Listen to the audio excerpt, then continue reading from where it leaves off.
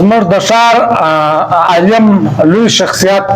حافظ محمد یوسف صاحب چې کوم دا وخت په چمن کې مخصوصه څو کسانان پروکنډې پسې کوي زموږ د ښار دا یو غټ شخصیت دی غټ عالم دی چې هر څوک زموږ د وطن په داسې عالمانو پسې غلطي خبرې کوي غلطي پروکنډې کوي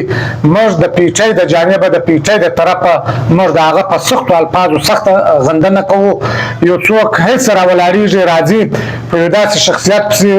لاس نسي او کدی په خپل غداري او وطن ته بیا دی ځان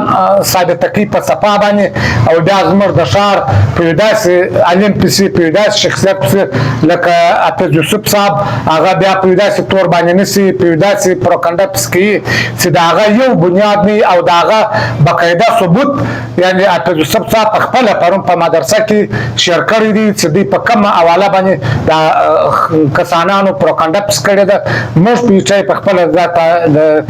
د دې جانبه څه سخته غندنه ده کوو